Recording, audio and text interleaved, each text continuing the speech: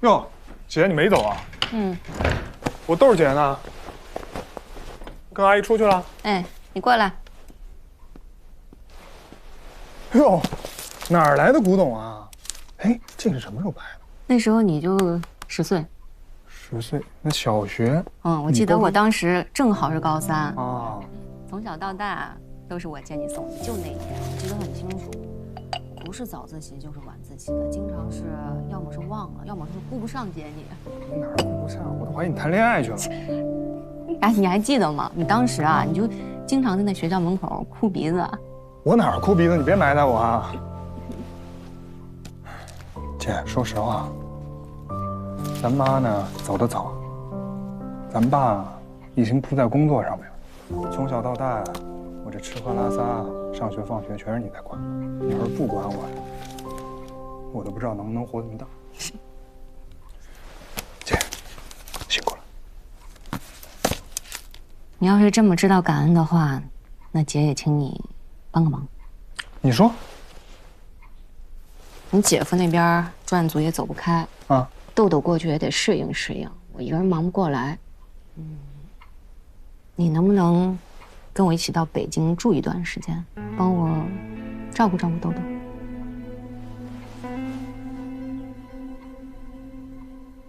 不是姐，我这个项目啊，现在是最关键的时刻，你也知道。那北京的那边有什么事我都可以帮你解决，甚至你要是不行，我都可以给你请个保姆。但是你让我过去，我真有点走不开。你说的项目是新人吗？对呀。可以先放下。为什么？你姐夫的专案组啊，规模有多大我不清楚，但是查了这么久，至少证明东平的局势很复杂。你不要趟这个浑水。二姐，是不是爸跟你说什么？姐，这事儿你别掺和了，行吗？他没你想的那么简单啊，当然也没有那么复杂，只是，反正我自己有分寸。你要是有分寸的话，就不会现在还跟于天成有联系。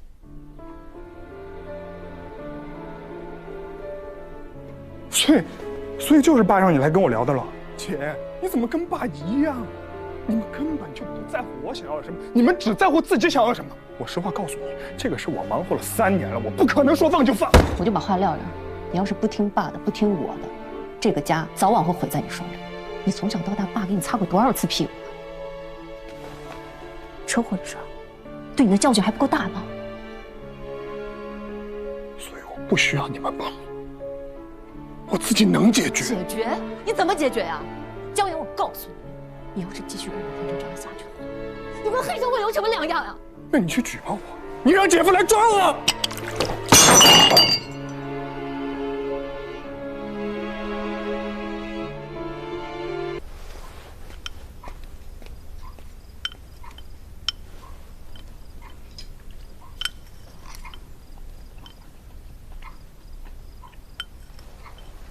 咱爸那边怎么样啊？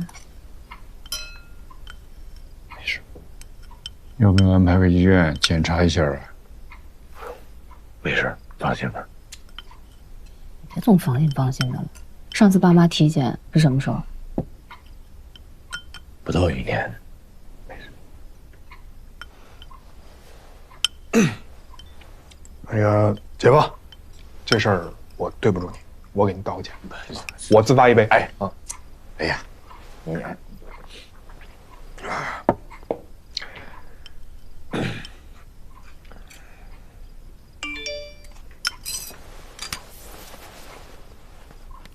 舆情处理的如何？能否归队？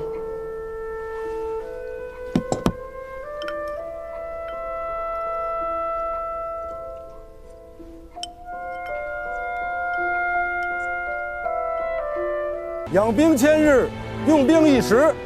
经过同志们长期的侦查布控，我们迎来了最后的决战，抓捕行动即将开始，务必做到将以天龙集团和新世界垃圾处理厂为窝点的涉黑分子一网打尽。希望同志们全力以赴，不辱使命。是。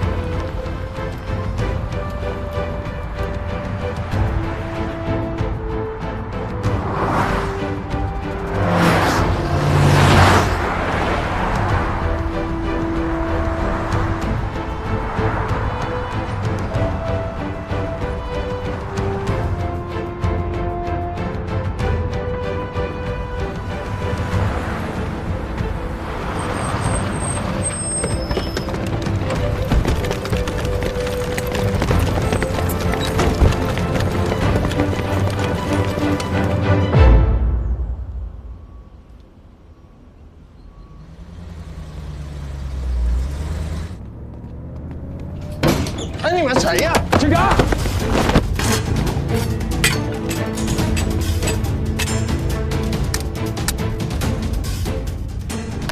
组长，各组已就位，岗亭已控制，大门口监控已关闭。1组、2组从正面进入，3组负责封锁所有进出口。收到。收到。收到。收到。注意，嫌疑人具有一定危险性，可能持有武器，大家注意安全。哎哥，大门口信号咋没了呢？老贾，你看一下大门口那个监控咋回事？没画面了。大雷哥，线路出现了问题，正维修呢。拿任务的啊，跟杨那儿任务。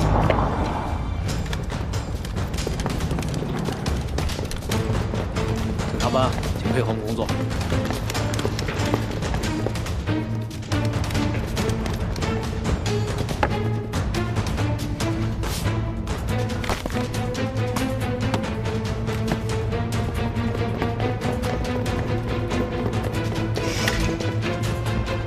把所有的监控拷贝带回专案组调查。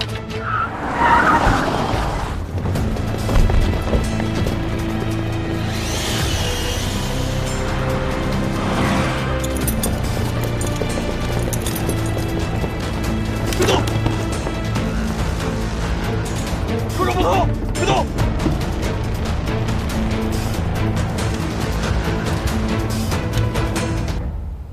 老贾，咋回事？你监控咋回事？老贾，看一眼。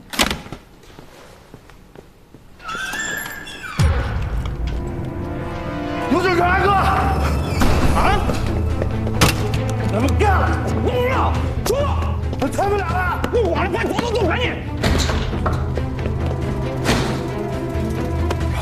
查，有警察来了！救命啊！救命！警察同志，他们从这个门出来了！叫救护车，解救2名人质。发现可疑人员，向垃圾回收区逃离。收到，2组立刻支援。无人机监测回收区全部出入口，发现可疑人员立刻汇报。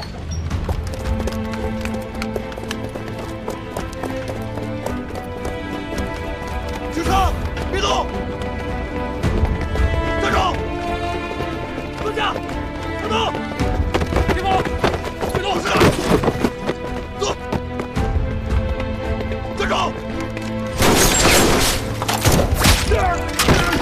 下来！站！站！别动！别动！站住！站住！不动！不动！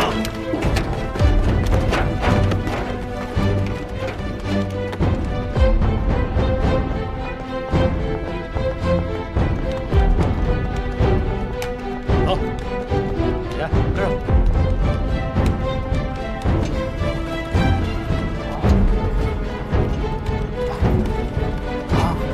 坚持一下啊，查，咱得救了，政府来救咱了。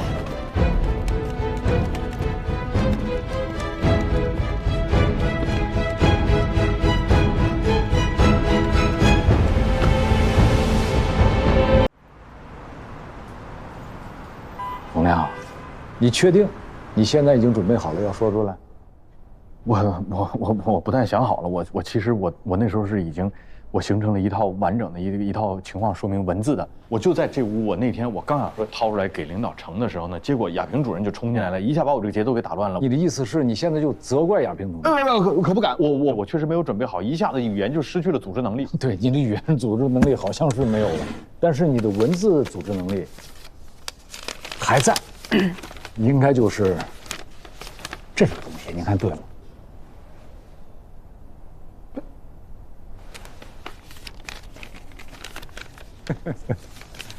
洪亮，这件事情你应该感谢亚平同志，如果不是他，你的问题不简单啊。洪亮，不要有心理负担，相信组织啊。这个东西放在我这儿，你先回去把这个案子办好，行吗？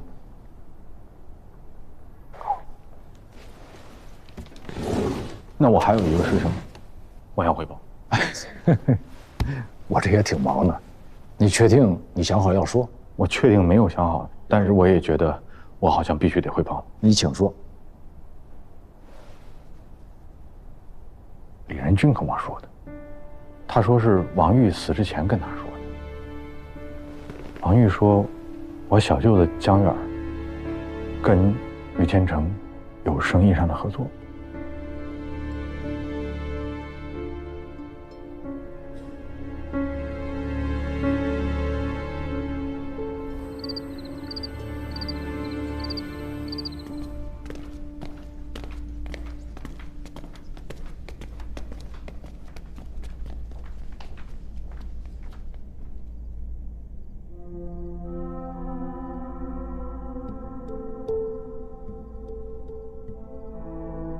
我之前告诉过你，要相信司法。我叫洪亮，是管职务犯罪的。是江旭东副主席的电话，你给他回一个。我们这次来，是为了复查万海黑社会性质组织案，深挖隐藏在背后的政法系统保护伞。申诉啊，是有代价的，除了好时好利，一旦失败，减刑会有很大的变数。咱爷俩跟他们干到底。王海，走，取药。是。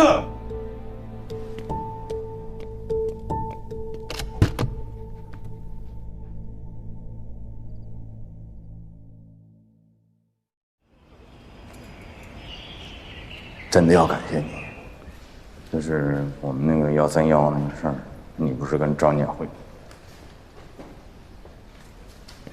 汇报吗？怪我打你小报告。真是没有。我想说的是真诚的、赤诚的感谢，因为如果你要不跟他说的话，我就陷于被动。正因为张姐提前了解这情况，所以我今天还能站在这儿跟你一块儿去调查。所以说我呀，就是对亚平组长这个敬仰，真是滔滔江水，还必须得吃。哎，老马，马上到，马上出。万海突发心脏病，死了。啊？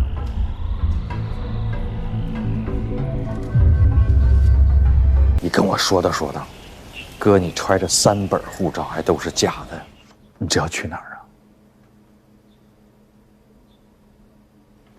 哎呀，洪亮，哥错了，犯错误了。作为一个公职人员，我不应该去买假护照。我确实错了，违规。我也不瞒你，我想去趟香港，给孩子上个保险。你像这种事儿跟组织说，他不会批我。再说这个事儿我也不能跟别人讲。哎呀，但是今天这个事儿说起来，我真的谢谢你呢。如果要不是你拦着，我就是错上加错呀，我这个错误就犯大了。不用谢，咱俩扯平了。嗨，我相信孙局，你一定也明白，说我们今天请你来，肯定不是说就因为这3本护照，或者说你想私自出境这个事儿。前2天呢，有这么一个人，哎，就坐在你现在的这个位置上，啊，他指认你了。他呢，你应该很熟悉，是你的老部下，他叫江红军。啊，你不用再说了。他咬我了，是吧？这么说吧，你们要是没有真凭实据，你们也不会抓他。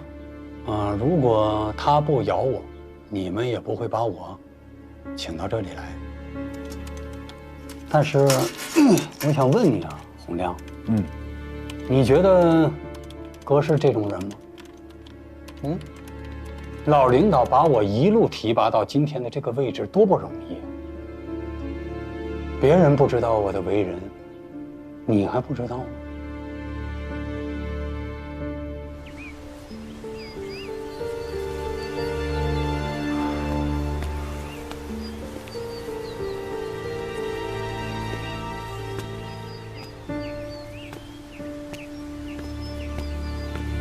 哎呀，当领导的总是领先一步啊！老书记，对不起，让您久等了。嘿嘿，好在早到晚到，不差事儿，我们还能在一起看风景啊！老书记，当年东平一别，到现在咱们有多少年没见了？10多年了吧？我们都老了。我是老了，可您看上去还是风采不减当年呢。当年我还以为我们从此就各行其道，老死不相往来了。山不转水转，这说明什么啊？老书记，说明啊，咱们这是有缘分的。可是不管怎么转，猫还是猫，树还是树啊。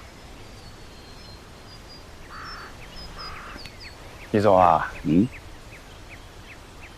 人老了就要服老，一代人自有一代人的活法，儿孙自有儿孙福，他们的路最好还是让他们自己走。啊，我听说于总弄了个庄园，养马种花，锦衣华食，这样颐养天年很好，知足常乐吧。小远跟你说的吧？说起江红军，这个孩子本质还是不错的，啊，非常好。我不知道你们还记不记得当年的829大案？那个犯罪分子那当时多嚣张，拿了2把自制的5连发呀，背了几百发子弹跟我们对射啊。那天是我出的警去逮捕他，我一脚就把门踹开了，那个子弹真的就在我耳边往后飞呀。当时江红军突然间就把他给扑倒了。江红军就是因为这个立的2等功，啊，回来之后我们给他提了大队长。那就是说，其实孙局你对他还是很认可的。那当时非常认可的。那你分析哈，因为你熟悉他嘛，这样一个民警是怎么能够说一步一步走来走去，最后走到你现在这个位置上的呢？我坐的这个位置，你现在你还不能定性。那是，他怎么走到这个位置上来呢？我这么跟你讲吧，他自从当上这个大队长之后，他慢慢的他就形成了自己的一个小圈子，这个社会关系就变得极其复杂。说真心话，我对他交往了什么人，和什么圈子打交道，我真的都不是很清楚。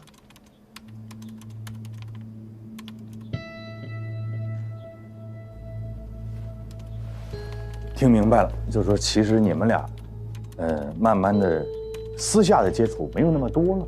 那不管怎么说，就是你们俩当时啊，上下级一场也好，还是说兄弟手足情深也好哈，那他怎么还会说，坐到这儿，把你给指认出来了呢？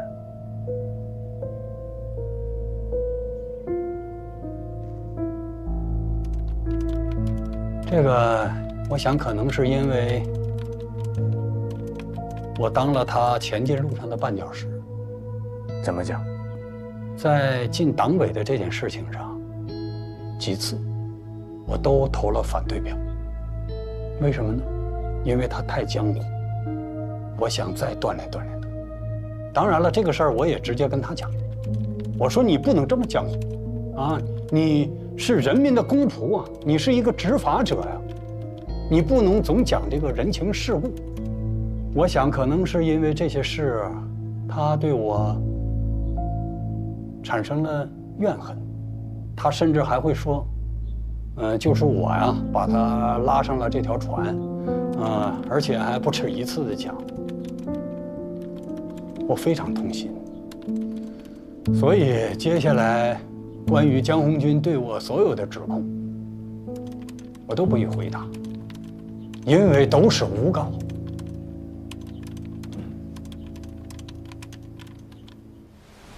老书记，我知道您今天找我来是为了什么。其实啊，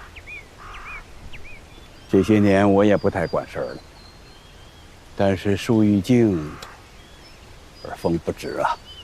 于天成，你别跟我装糊涂。你要是真想退休，就凭江源几句话你就不退了？你是什么人我还不清楚。50%的利润，你就敢铤而走险？100%的利润，你就敢践踏一切法律？现在有了这个铜镍矿，我看你啊，就敢杀人放火。可是我要提醒你，现在不是10多年前了，党纪国法不容践踏。你要是再玩你们那一套，我相信你会连老本都赔进去。你还想再把我们家卷进去一次啊？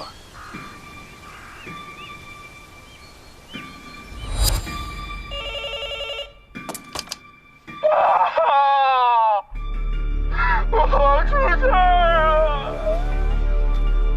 我出事了妈！我开车撞死人，怎么办啊？你个混账东西！你哪来的车？啊！谁让你开的？喂，我于天成。你儿子把人撞死了，醉酒、无照，再加上撞死人，江书记，这至少也应该是7年吧。我们现在在平南大道，您赶快过来吧。我还没有报警，你现在过来，江书记，人可以算是我撞死的。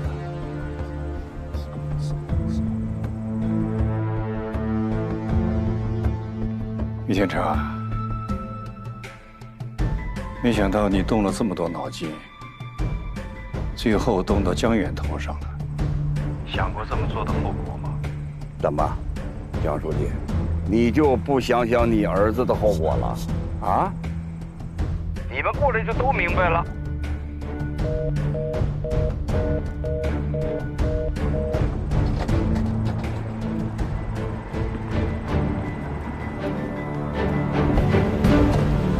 江书记，经过调查，肇事车辆的司机不是江远，您可以先带他走，后续需要配合我们再做个笔录。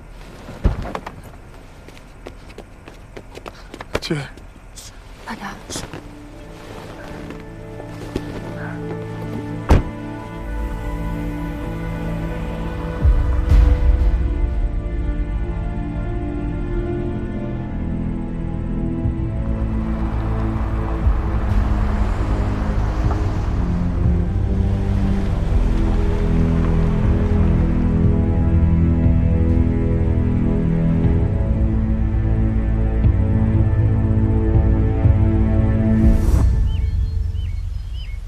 老书记啊，什么新能源，哪是我这把老骨头能弄明白的？小远有知识，有雄心，想干一番事业，我真的只是陪着。还有万海的那个案子，你就是让我绞尽脑汁，我也想不出这种点子的。我的儿子我了解，要是没有你在背后煽风点火，他能这么干吗？他是让你给利用了。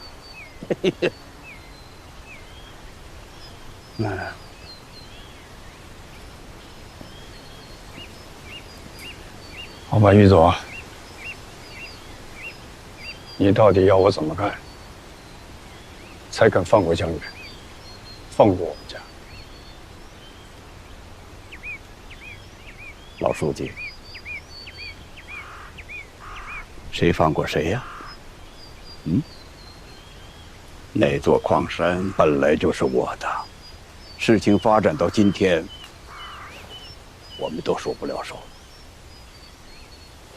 我和我的学生，包括你，早就被裹进去了，而且是被你们家江远给裹进去的，不是吗？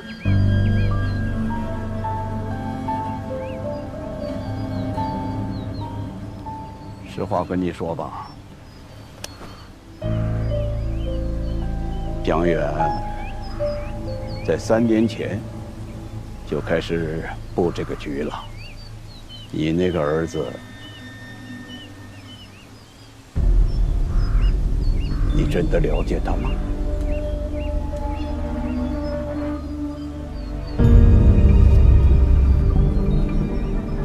啊？咱不能在半山腰待着吧？走吧，继续上山，啊！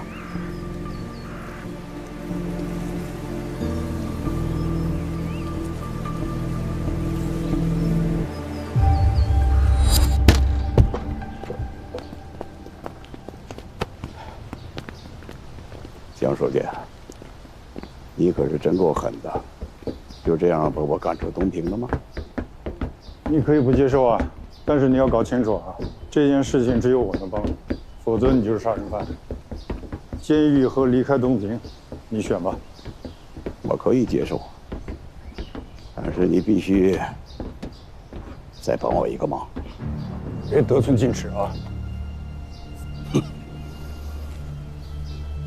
开枪那人叫王大有，我把他当儿子，你必须帮我把他捞出来，这样我马上就离开东平。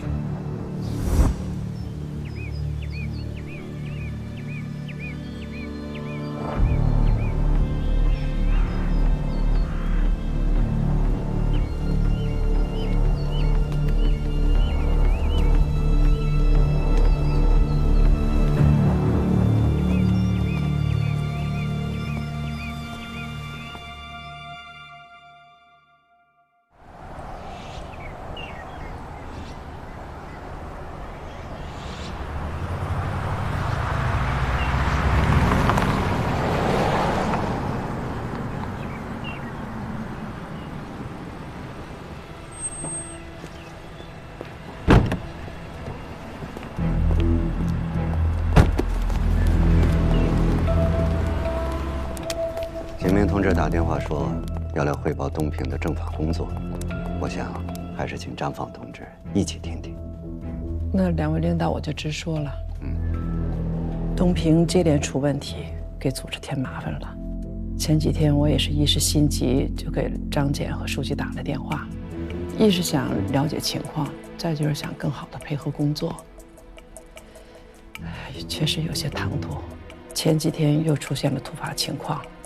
我这个做下级的实在也是坐不住了，只好直接跑来找2位领导请指示。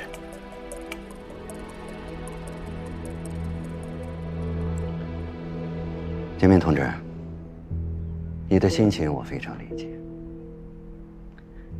现在是雷声震天，你如果还在睡大觉，你不找我，我都要去找你。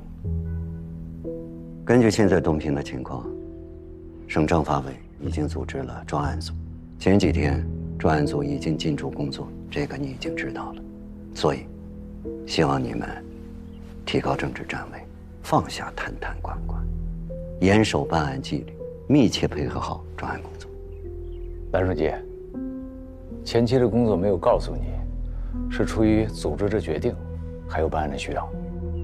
专案组已经对公安系统的2位干部采取了强制措施。案件还在进一步的审核当中。这个我已经清楚了。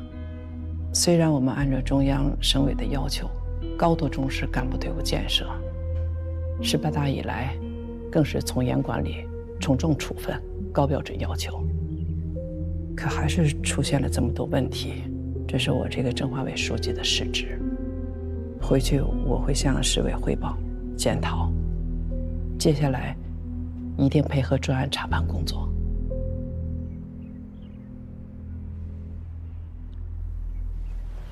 建明同志，你有这样的态度，我很高兴。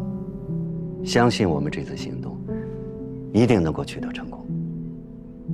作风问题具有反复性，所以必须按照中央的要求，把纪律挺在前头，常抓不懈，久久为功。我们共同努力。我们顺着程子健这条线，摸到了陈胜龙以及天龙集团的所有信息。目前，天龙集团是东平市首屈一指的大型企业，最近又开始涉足新能源产业，这就和万川矿业产生了联系。怎么说？天龙集团要买下万川矿业，当时管委会的副主任柳运还带着他去考察过，但是没有谈成。啥回事？就在咱们专案组到来之前。矿山事故发生之前。您接着说。15年前，他因为一起交通肇事被判刑，坐了1年的牢。出来以后，他就去了一个叫大成矿业的公司做了业务经理。2年以后，成立了天龙集团。他这2年发家够快了呀，那他这公司就一点异常都没有。当时公司成立的时候呢，注册资本是1个亿，可我们调查发现，没有其他公司注入资金。完全是陈胜龙本人100%出的资，没学历没背景，他白手起家啊。还不止这些，天龙集团在东平一直从事的是房地产开发和城市改造，东平好多的楼盘，有知名度的，全部都是他们开发的。特别值得一提的是大都西山这个项目，目前是东平市最高端的住宅区。大都西山不是你之前去的那个地方？所以，我们对大都西山也进行了深入的调查，结果发现，东平市不少司法人员在那儿都有房产，包括孙飞、温琴、江红军，还有李仁俊，但落名是他的妻子柳运。这位陈总倒是对东平的领导都很上心啊，这都快给他建成家属院了。现在把焦点放在陈胜龙身上，王老师，咬死他，有任何情况第一时间通知我。2位组长，张检电话。散会吧。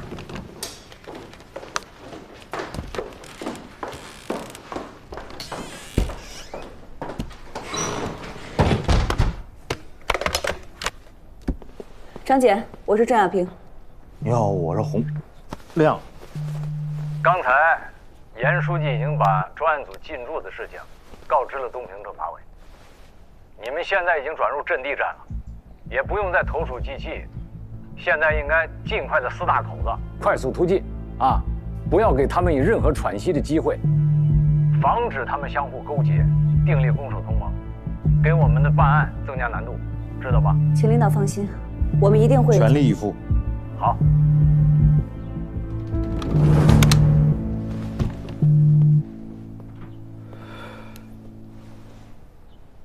领导，我今天回来了。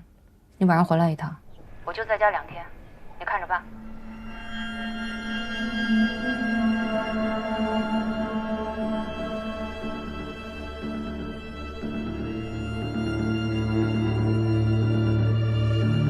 这就是我带的一支好队伍。东平的干部，一个个被带走，都查到家门口来了。我居然什么都不知道。万海案走到现在，办成今天这样，始终没有人跟我讲实话，更不可能有人提醒我。万海案要是出了问题，影响有多大我就不说。老许，你觉得你还能安稳退休吗？还有你，李仁俊，你这个刚提上来的检察长，你的位置坐得稳吗？就是我这个政法委书记，在全省也会成为笑话。赖书记，我这个事儿啊，你先别太激动。这件事情啊，你先坐下。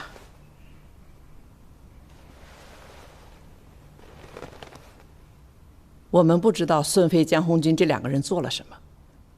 我们的系统里是否还有像他俩一样的害群之马？因为他们的个人行为严重抹黑了整个东平政法队伍的形象。我们现在只能坐以待毙。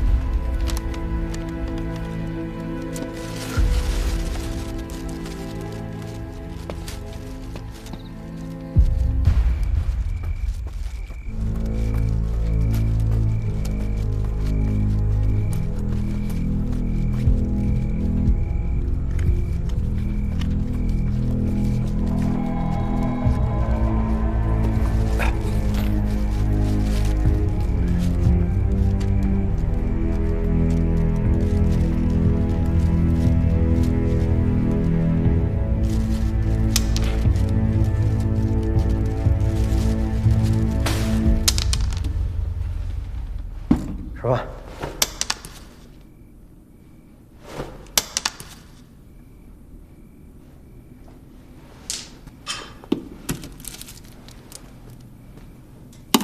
还得给你喂啊。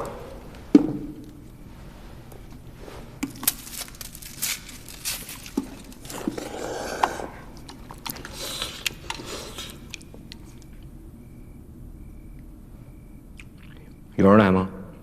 调查的。我上回跟你说都白说了，咋还寻思这事儿呢？你那就是做梦，不可能的事儿。咋的？不信呐？不信你自己上门口等着去，看他们啥时候能来。不是，我就合计不明白，这社会它不讲王法吗？这没人管管他们吗？这拥护啥呀？因为啥？也难怪，你是我看着长大的，从小到大吧，你没吃过亏，没上过当，没受过委屈，啥事都得依着你。你总觉得你啥事都能办成，但你心里没数吗？你这些事儿都有你爸在前面撑着呢，有很多事儿你不用知道，你爸就给你办了。可现在不一样了，少爷，你爸现在在里边呢。咱家已经不是原来的万家了。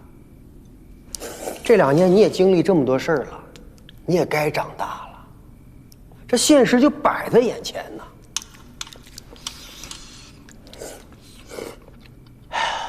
我现在啥也不寻思，我现在就想赶紧把这赔偿的事给解决了。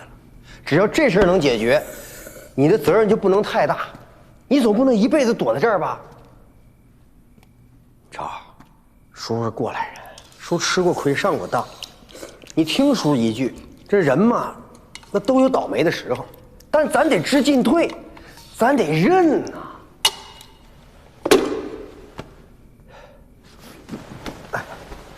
我认，关键你告诉我，我认啥数？咱家从始至终做什么错事儿了？哎呀，我就合计，省里好不容易来人了。调查矿难，他把陷害咱那个人给抓着，咱就不用赔钱了。还有我爸是黑社会吗？他把我爸的这案子查清楚了，我爸不就不用进监狱就能出来了？你不是小孩了，这么简单的问题你还想不明白吗？如果省里市里领导真管用，咱家至于这样吗？你爸至于进去吗？这说明啥？说明他们只手遮天。你这样越折腾，他们越让你难受。这叫折腾吗？这不叫折腾。咱家做错啥了？这叫折腾？你就怕？你怕有啥用？你怕？现在不是怕不怕的事儿，现在人家要你命，你要不答应，人家要你死。我死就死，我爸教我了，死了也得当个爷们儿。你告诉我他们到底是谁，我找他们去。哎，我找他们去，你起来，怂货混账！你打，我这次让你打，你打死我，上次他们打死我了，来打。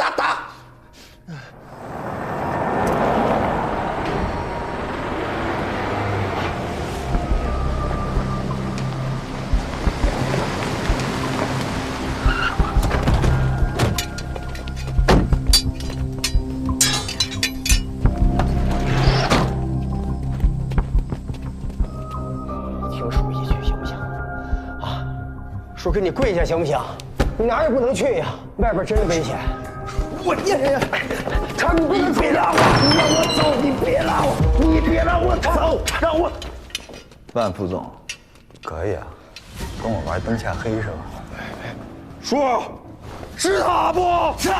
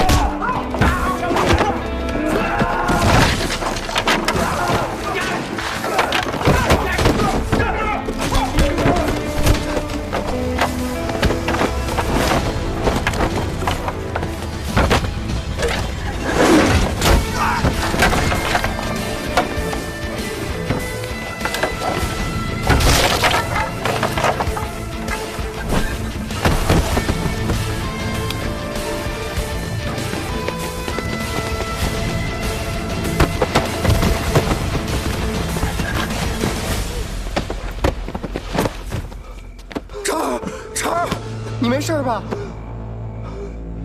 不能跑啊！别打了，别打了，有事冲我来。带走。大哥，快点！谁让你们来的呀？少废话！我跟陈总都认识，都是朋友。你们大哥上哪儿去呀？哎，不是。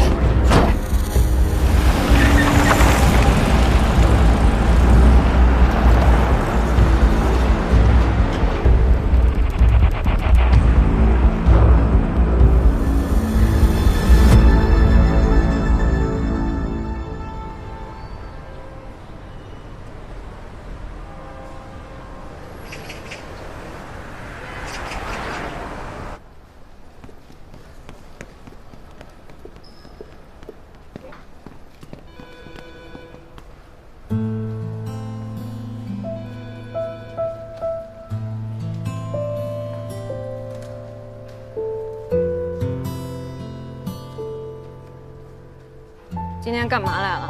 有点事儿。啥事儿？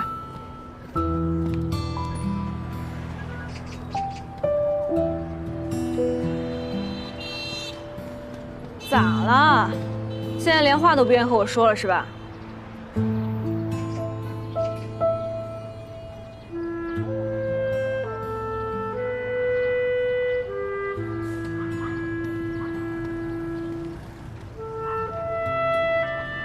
中兴路知道吧？那儿有一金海歌厅，刚才调了一下它周边的监控。金海歌厅，什么案子？还是我哥的案子。已经查实了，金海歌厅才是我哥的真正死亡现场。周边全看了，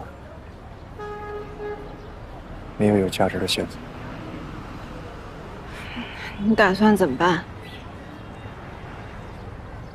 会一直查下去。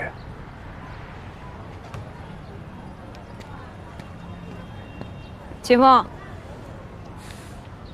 你那天在我家楼下说了一堆，说完就走了，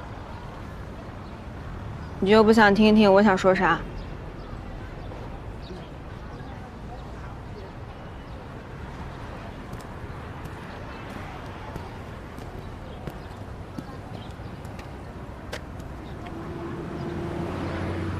你说自己是个怂人，但是你知道吗？我觉得你是个骨子里面很勇敢的人，只是你自己一直看不起你自己。就像那天你说你没有资格喜欢我一样，其实有没有资格不是别人说了算，而是你自己。如果连你自己都这么想的话，你还怎么指望别人去正视你啊？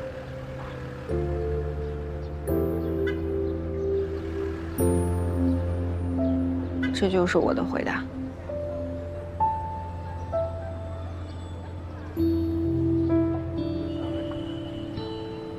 你就没什么想和我说的呀？再给你一次机会。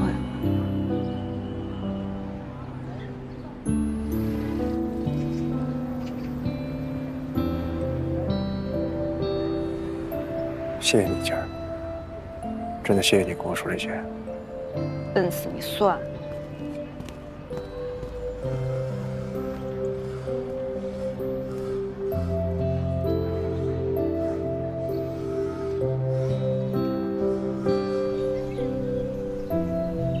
叶信，子健在家吗？没有啊，他们公司今天挺忙的。好，我到你家门口了啊。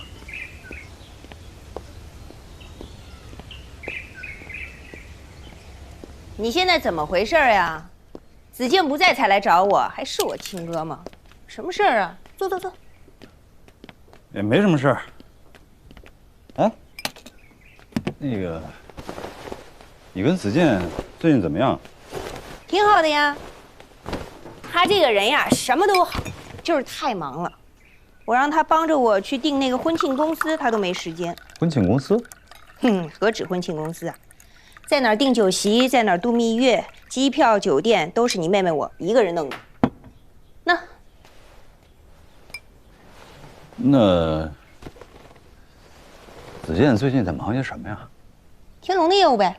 我跟你说啊，子健现在基本上就是天龙集团的2把手了。那个龙哥什么事都要问他，我甚至都觉得，如果没有我们家子健，那天龙集团什么都不是，没什么未来。怎么说呢？ No， 那个龙哥不是想要进军新能源领域吗？就凭着子健和嫂子这层关系，帮他省了多少事儿。而且就说投入这方面啊，嫂子把他和万川矿业这么一连线，龙哥新能源的第一步就算走稳了。那你说，要是没有子健，光他自己去张罗，我看再投5个亿都不一定能起步。所以你那个房子啊，你根本没有必要担心。这龙哥就是想要表示表示嘛。我就说你这脑子就是小时候发烧给烧坏了。不是我说了这么多，明明白白，有理有据，怎么了？这是能表示的事情吗？这是可以表示、瞎表示的事情吗？你别说我说5个亿，嫂，你怎么这么快就回来了？你不是说今天要忙的吗？哎呀，我看那边没什么事儿，我就想回来早点陪你。哥来了。哥，你怎么来了呀？哦，我就是来看看妍心。我告诉你啊，哥现在是占用了工作时间来找你，是不是你把哥叫来的？没有，他自己突然之间就跑过来了。啊？对，我正好逮了个空，过来看看你们。哦。哎哥，据我了解，你最近应该挺忙的呀。啊？为啥这么说呢？不是来了一个那个。去吗？我跟哥聊一下工作。哦。那我去赶稿子。行。一会儿再跟你说啊。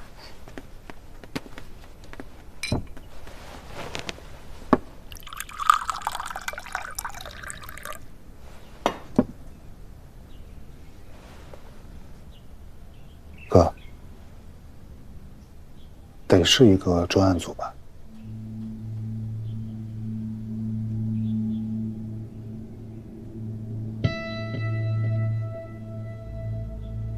你这消息挺灵通啊！还抓了2个人，你怎么知道的？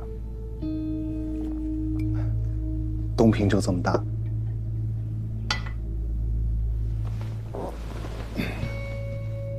哥，是不是找你谈话了？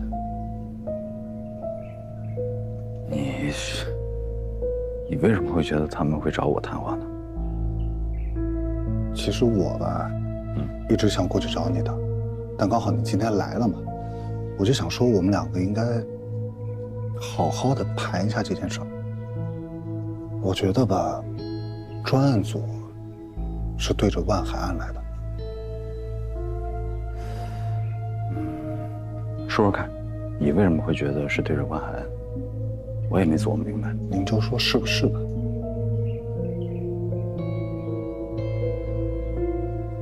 哎，专案组的事儿，你听谁说的？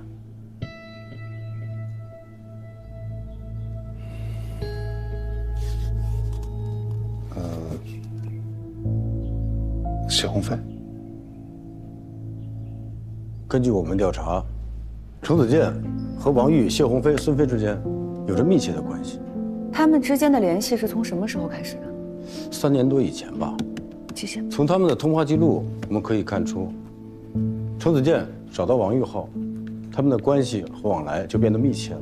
从他们通话的频次和每次通话记录里面的时长来判断，他们似乎在谋划一些事情。我还有一个意外的发现。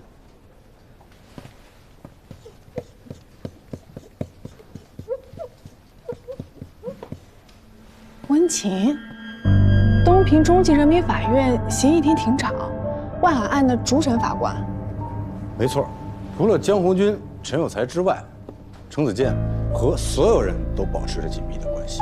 而陈有才和王玉之间有联系，江红军和孙飞之间有联系，关系层级出来了。程子健是核心，这其他的人都是万海案的关键人物，而且他还是李仁俊的妹夫。司法掮客。其实程子健的履历并不复杂，研究生毕业以后进了县检察院，5年前离的职，到东平不久就去了天龙集团，在天龙集团任法务总监。很快天龙集团注资，他就成立了自己的律所。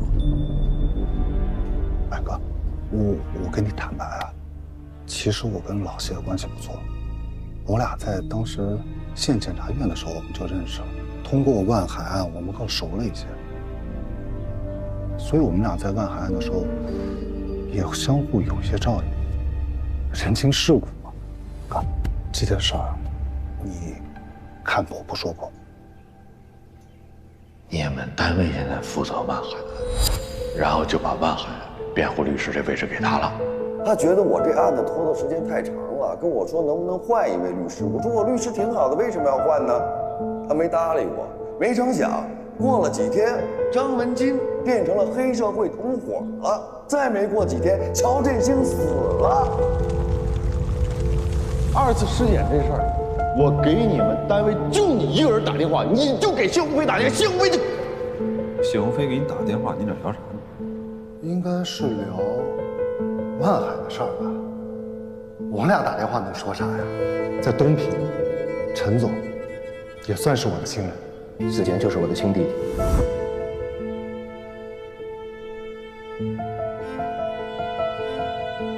其实今天呢，我也想借这个机会跟您说一声抱歉。上次您不是问我，我当时我没说实话，这事儿就一直在我的心里面，我就是像一个结一样，它过不去。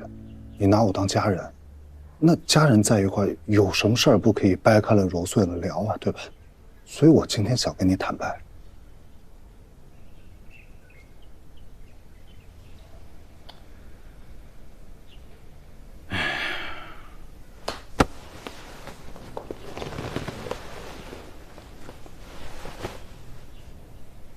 子健，你能这么说，我其实心里挺欣慰的。这么多年我就看好你，要不然也不能把妹妹交给你。就像你说的，咱们是一家人，所以有些事儿，我希望你能如实的告诉我。我其实就是想问你啊，你跟陈胜龙到底什么关系啊？啊？你们俩应该不是这种单纯的雇佣关系吧？这陈总到底是个什么样的人？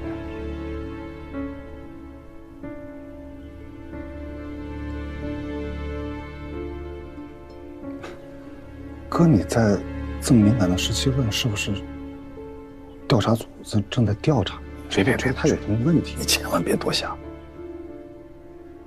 我确实查过他了，但我就是觉得这一家公司，你说从没有到有，所有的资金都来自境外，陈总这个人也是，就是我查完之后，我会觉得这不科学，你懂我说这意思吗？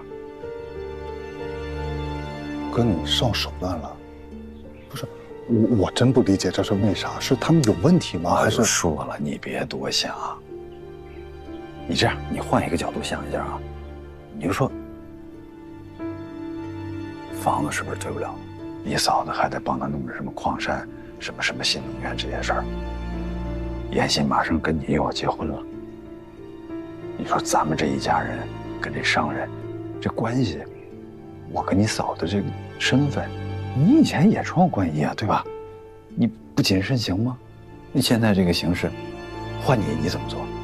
所以，子健，我希望你能给我交个实底儿，你起码让我心里踏实，对吧？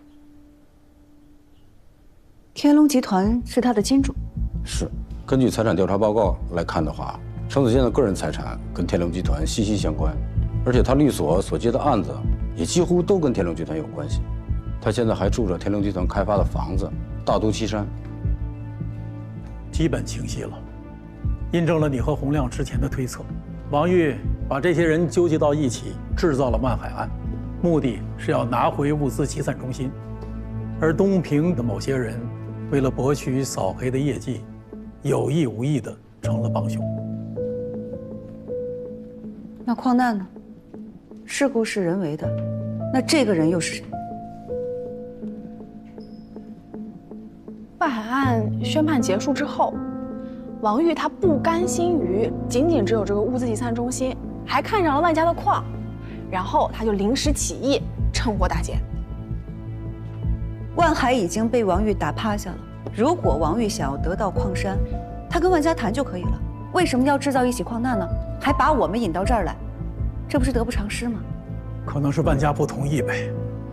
可是从犯罪成本角度来看，万家不同意就想办法搞定万家的人，总比制造一场矿难成本要低，风险也小了不少啊。宋局，您刚才说程子健和王玉之间的联系，第一个电话是程子健打给王玉的。是的。您确定不是王玉打给程子健的？确定。我们可不可以这么推测？假设把万海打成黑社会这件事情，不是王玉起的头，而是程子健起的头，又或者另有其人，一个我们从来都没有想到过的人。而且江红军和孙飞是为了这个人掩盖矿难。宋局，麻烦公安的同志继续围绕程子健查，尤其是他供职的天龙集团。好，切记不要打草惊蛇。如果我们的推测成立，那这个人太核心、太关键了，我们要放长线，钓大鱼。好，你看，在你看来，你觉得陈总的发展的特别快，那是因为他其实很早之前认了一个大哥啊，我估计这人你还认识，叫宇天成。哪个宇？大禹治水的禹。其实这件事儿，陈总之前跟我聊过，他好像说的是，在初中的时候他就辍学，然后跟了这个宇大哥，从10几岁跟到现在，20多年了。但这个大哥人不错的，他是有情怀的，人发达了以后还想着回东平给东平再建设一下，所以才在东平给陈总成立了天龙集团。当然了，这些所有的资金啊都是那大哥给的，所以哥你放心，真的没问题。在你们看来，陈总好像很神秘，其实没什么神秘的呀，他不过就是跟了一个好大哥，然后这好大哥认了这个小弟，跟了他这么多年，给了他一个机会，就成就了现在的他，就这么简单。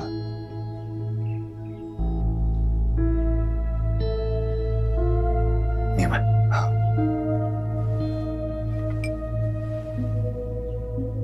对，还有一件事啊，那个王玉，王玉那个集散中心，就2、3年前，这个陈胜荣陈总是不是想要过他这个集散中心啊？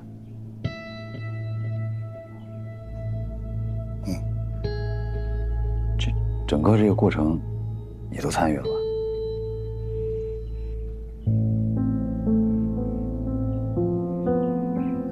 哎呦，不行，我得走了，跟你聊着聊着，忘了我后边还有事儿。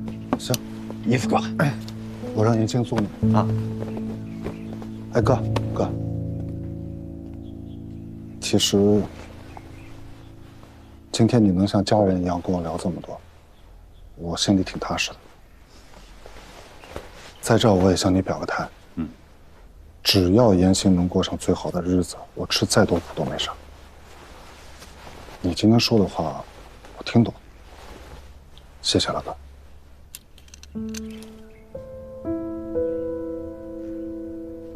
明白。严欣，我走了啊。舅舅走了。哎，哥，哎呀，哥，哎，你是来找我的吗？怎么跟子健聊完就走了？哎，等，你跟我说实话，是不是跟嫂子吵架了？没关系，我给她打个电话，我帮你从中斡旋斡旋。什么乱七八糟的呀？那什么事儿啊？啊？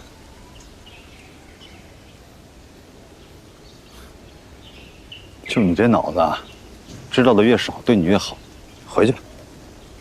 跟你脑子多灵光似的。